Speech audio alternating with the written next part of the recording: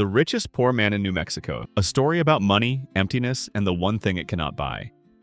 What good is it for someone to gain the whole world, yet forfeit their soul? Mark 8:36. He had a plan for what he would do if he ever won the lottery. Every man does. You work it out in the idle moments, in the break room at lunch, on the drive home, in the shower on a Tuesday morning when the water heater is working just well enough to make you feel like anything is possible. You plan the vacation, the house, the car, the moment you walk into your boss's office and say the thing you have been rehearsing since the second week of the job. Ernesto Villanueva had been rehearsing that speech for 11 years. On a Saturday evening in October, in the kitchen of a two-bedroom rental in Albuquerque, New Mexico, holding a lottery ticket under the overhead light while the television in the next room played a game show nobody was watching. On that evening, every number matched. He checked it 3 times. He sat down on the kitchen floor. He checked it a 4th time. $14.3 million. He stayed on the kitchen floor for a while. Then he called his cousin Beto and said, in a voice that didn't sound like his own voice, "I need you to come over right now. This is the story of what happened next. It is not the story he thought it was going to be." Before we move forward with the story, please like, subscribe, and hit that notification bell to help us to grow this channel to uplift more people. Ernesto Villanueva was 43 years old, a warehouse supervisor at a distribution center on the south side of Albuquerque. A job he had held for 11 years with the specific earned exhaustion of a man who showed up every day not because the work fulfilled him, but because the work was what he had, and he was not the kind of man who did not show up. He was the son of immigrants. His parents had come from Chihuahua when he was 4, and his father Rodrigo had worked construction until his back made the decision his stubbornness wouldn't, and his mother Graciela had cleaned office buildings on the overnight shift until Ernesto was old enough to tell her she didn't have to anymore, which was the proudest moment of his life to that point. He had been married once. Her name was Sonia, and the marriage had ended 7 years ago without drama or crisis. Just the gradual, mutual recognition of 2 people who had grown in directions that no longer overlapped and who had been honest enough with each other to say so. They had no children, which was the one regret that sat permanently at the bottom of his chest, quiet but present. He had a 2-bedroom apartment. The second bedroom held a treadmill he used with good intentions and a guitar he hadn't played in 3 years. He had a reliable but unexciting truck. He had 3 close friends, Beto, his cousin, Jorge from the warehouse, and a man named Sal he had known since elementary school in the South Valley. He had, by every external measure, a life of modest dignity that he had worked hard for, and that was, on the inside, significantly lonelier than it looked. He bought 1 lottery ticket every Saturday. Not out of genuine expectation, out of the same reason people do most rituals. Because it was the thing he did, and the doing of it gave the weekend a small, specific shape. He had been buying 1 ticket every Saturday for 9 years. On this particular Saturday, the numbers were his. He did not immediately quit his job. He waited 4 days, which was, given the circumstances, remarkable.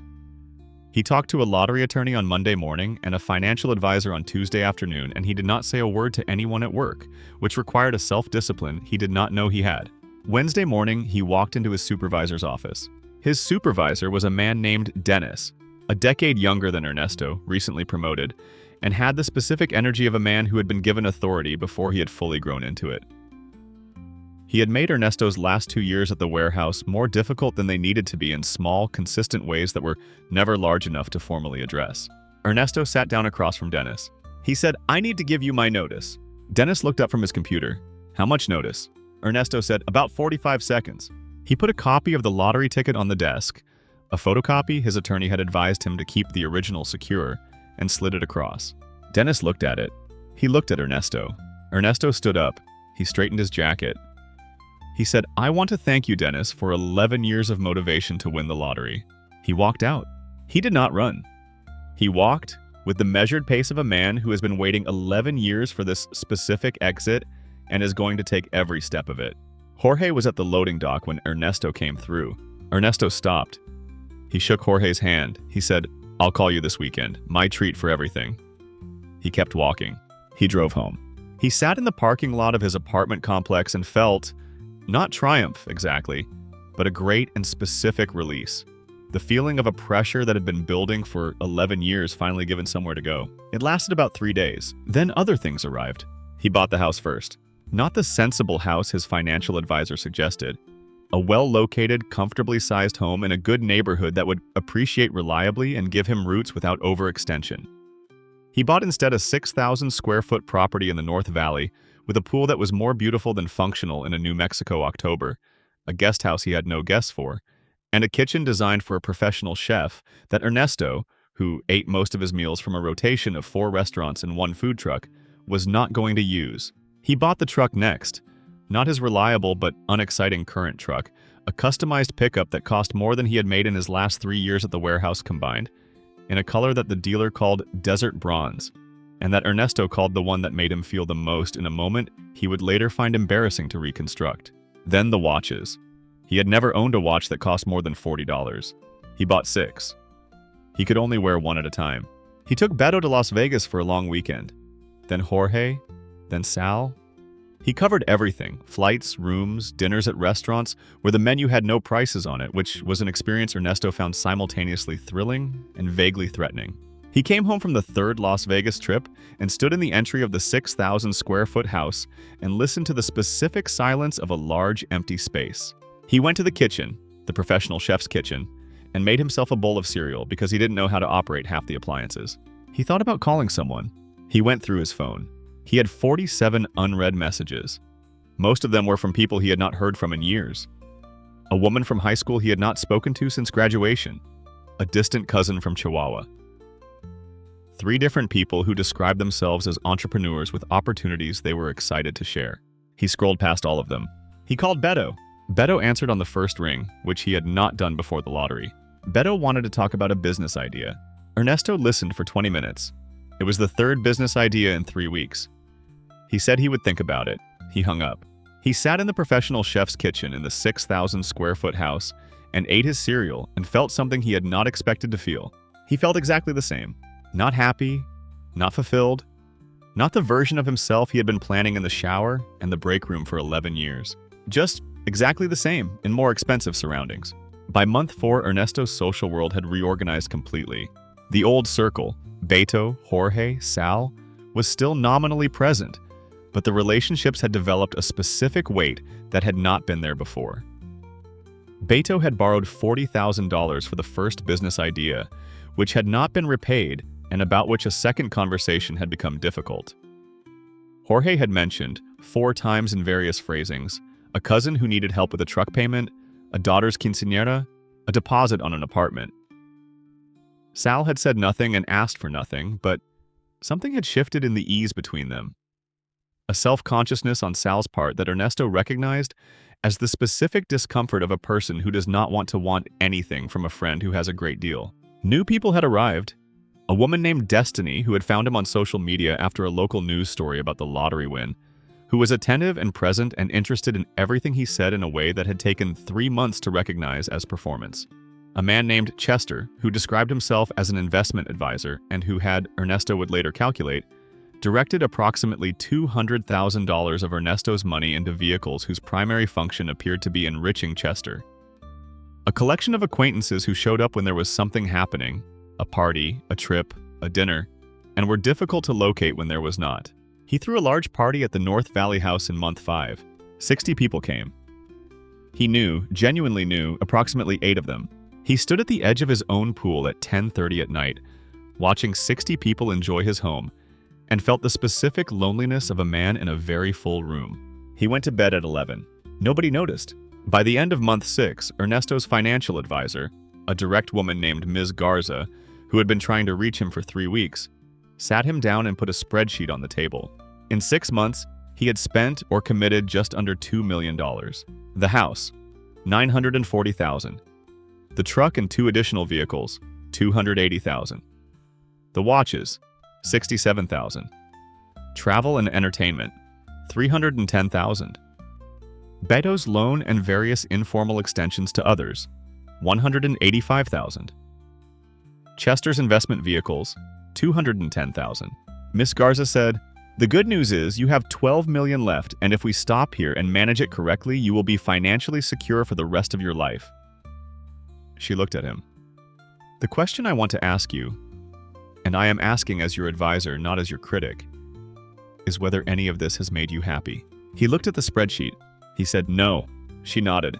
"That is useful information," she said. "Most of my clients take longer to say that." He drove home in the desert bronze truck. He pulled into the driveway of the 6,000 square foot house. He sat in the truck for a long time. He thought about the kitchen of the 2-bedroom rental on the south side. The overhead light, the lottery ticket checked 4 times, the floor. He thought about how certain he had been, sitting on that floor, that everything was about to be solved. He went inside. He ate cereal in the professional chef's kitchen. He did not feel solved. Month 8. Destiny had stopped returning his calls the week after he had declined to invest in a wellness company she was affiliated with. The exit was graceful and complete. She simply became unavailable, with the practiced ease of someone who had rehearsed it. Chester had sent a letter through an attorney. Beto called about a 4th business idea, and when Ernesto said he needed time to think, the call ended with an awkwardness that sat between them for 3 weeks afterward. He drove past the warehouse on a Tuesday afternoon. No particular reason, he had been near the south side for an errand, and saw Jorge in the parking lot on his lunch break. He pulled over. Jorge came to the window. They talked for 10 minutes with the specific, slightly effortful warmth of 2 men who used to be easy with each other and are now managing something that has gotten between them. Ernesto drove away and thought about 11 years of lunches in the break room and the specific, unearned richness of conversations with someone who knows your actual life. He went home. He stood in the entry of the 6,000 square foot house. He walked to the 2nd bedroom. There was no treadmill here and no guitar. Those were in storage somewhere. This room had nothing in it at all. It had never acquired a purpose. And he stood in the empty room and felt the empty room. He was rich. He was alone. He was 53 days away from something that would change everything, though he did not know that yet. October again, exactly 1 year after the ticket. New Mexico storms in October are specific. They arrive fast and leave the air with a particular clarity, a cleaned quality that feels like the sky has been wiped down. Ernesto was on the patio of the North Valley house, the pool lit, the air warm before the storm, a drink in his hand that he had not finished because he had stopped enjoying it 2 hours ago, when his phone rang. It was his mother. Graciela Villanueva was 71 and still sharp, still direct, still the woman who had cleaned office buildings overnight so her son could have a life she was building in the dark. She said, "Mijo, I need to tell you something." The something was a diagnosis. Not catastrophic. She was clear about that immediately. She knew him, and she knew he would need the reassurance first. But real and serious and requiring treatment, and the specific reorganization of a life that comes with the news that the body has decided to demand attention. He flew to Chihuahua the following morning. He sat in the hospital room with his mother, and he held her hand. The hand that had held cleaning supplies at 2 in the morning for 30 years so that he could have what she hadn't. And he felt something arrive in him that the 6,000 square foot house and the desert bronze truck and the 60 people at the pool party had not produced. He felt what mattered. It was small. It was a hand. It was a woman in a hospital bed who had no interest in his lottery winnings and who looked at him with the specific, steady love of a woman who had loved him when he was 4 years old and who was going to love him at 71 regardless of what was in his bank account. He sat there for 3 days. On the 2nd night, he walked to the hospital chapel. A small room, a few chairs, a simple cross on the wall, and he sat down. He had not been in a church in a long time. He had not thought seriously about God in a long time. But there was something about the quiet of that room, the cross on the wall, the specific stripped-down simplicity of a place where there was nothing to perform, and nothing to buy, and nothing to manage. He put his face in his hands. He said out loud to the room and whatever was in it, "I have everything. I have absolutely everything. And I have nothing, and I don't know what to do with that." The room was quiet, but it was not empty. He stayed for a long time. He came back to Albuquerque with his mother. She had agreed, finally, to come and stay for her treatment, which had required a negotiation that took the full 3 days and which Graciela had won most of the sub-arguments of, but ultimately conceded on the main point. He set up the guest house for her. He did not tell her what the house had got. She walked through it with the expression of a woman who has very particular feelings about excess but loves her son and is choosing her moment. She said, "On the 3rd day, there's a church I want to go to on Saturday." He said, "I'll take you." He had not planned to stay. He drove her, walked her in, sat down in the back intending to wait.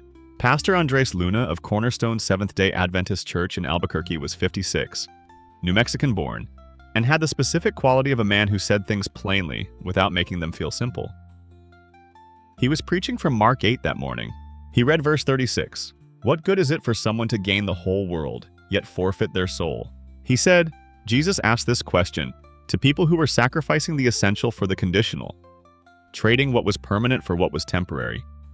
He is not saying that material things are evil. He is saying that material things cannot do what only God can do. He paused. The hole in your chest is not shaped like a house. It is not shaped like a car or a vacation or a number in an account. It is shaped like the one who made you, and you will keep filling it with things that are the wrong shape and wondering why it still feels empty. Ernesto sat in the back row of Cornerstone's Seventh-day Adventist Church and felt the specific sensation of a sentence landing exactly where it needed to land. The hole in your chest is not shaped like a house. He had a 6,000 square foot house. The hole was still there. He did not leave at the end of the service. After the service, he found Pastor Luna in the fellowship hall. He said, "Can I talk to you?" Pastor Luna said, "That's what I'm here for." They sat in a small office off the main hallway. Ernesto told him, not all of it, not in order, but the shape of it. The ticket, the quit, the spending, the party where he knew 8 people. Destiny, Chester, Beto, the empty room that had never acquired a purpose, the hospital chapel in Chihuahua and what he had said to the ceiling. Pastor Luna listened without filling the silences. When Ernesto finished, the pastor said, "What do you want?" Not, "What do you need to do?" Not, "Here's what the Bible says you should do," just, "What do you want?" Ernesto thought about it honestly for the first time in a year. He said, "I want my life to mean something. I spent 11 years in a warehouse and I thought money was what was missing, and I got the money and it's not what was missing, and now I don't know what is." Pastor Luna said, "I think you know." Ernesto looked at him. "The hospital chapel," the pastor said.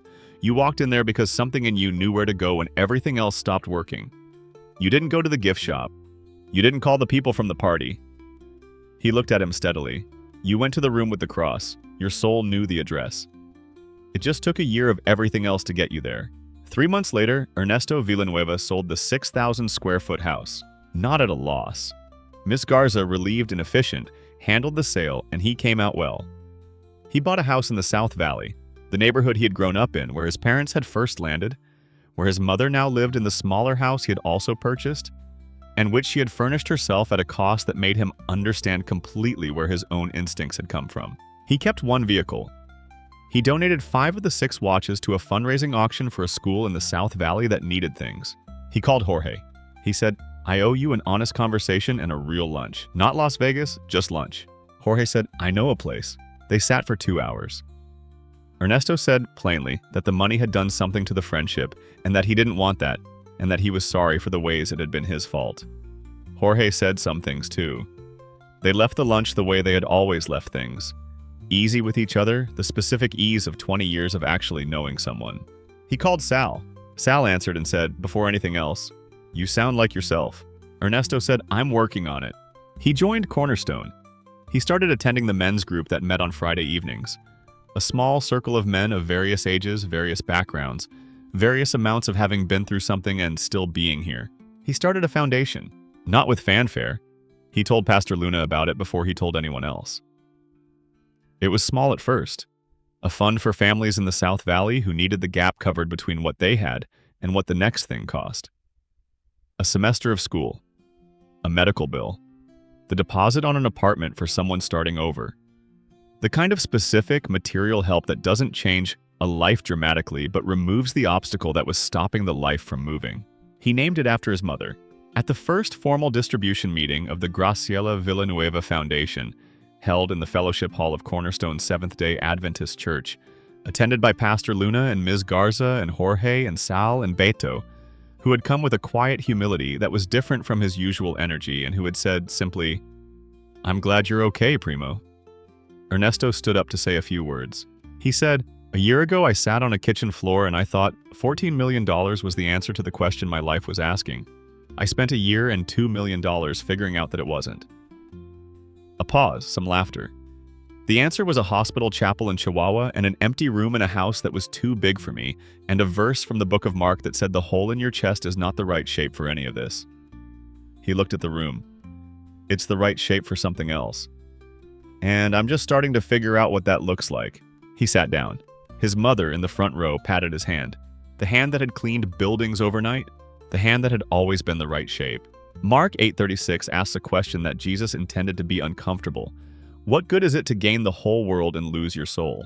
Ernesto Villanueva gained, if not the whole world, a significant portion of it on a Saturday evening in October. And the story of the following year is the story of a man running the experiment at full scale, spending generously, surrounding himself with people, filling the 6,000 square foot house with everything available to be filled with, and arriving at the same answer every serious experiment in this area arrives at. Things are the wrong shape for the whole. This is not a story about money being evil. Money built the Graciela Villanueva Foundation. Money bought a house in the South Valley for a 71-year-old woman who had cleaned pod offices in the dark. Money, directed rightly, changed things for families in the South Valley who needed a gap covered. Money is a tool. The problem is not the tool. The problem is believing the tool can do what it was not designed to do. The void in the human heart, the one that Ernesto tried to fill with a desert bronze truck and 60 people at a pool party, has a specific shape. Augustine of Hippo wrote 1600 years ago, "Our heart is restless until it rests in thee." Jesus said it in one verse in the book of Mark. The shape is not a house. It is not a watch. It is not a trip or a party or a number in an account. It is the one who made you. And everything else you put in that space will fit poorly and leave you eating cereal alone in a kitchen designed for someone else, wondering why you still feel empty. The richest poor man in New Mexico figured that out. It only took $14 million in one hospital chapel. The chapel, as it turned out, was free. What good is it for someone to gain the whole world yet forfeit their soul? Mark 8:36. If you enjoyed this story, please like, subscribe, and hit that notification bell to be notified about more inspirational stories on redemption and hope.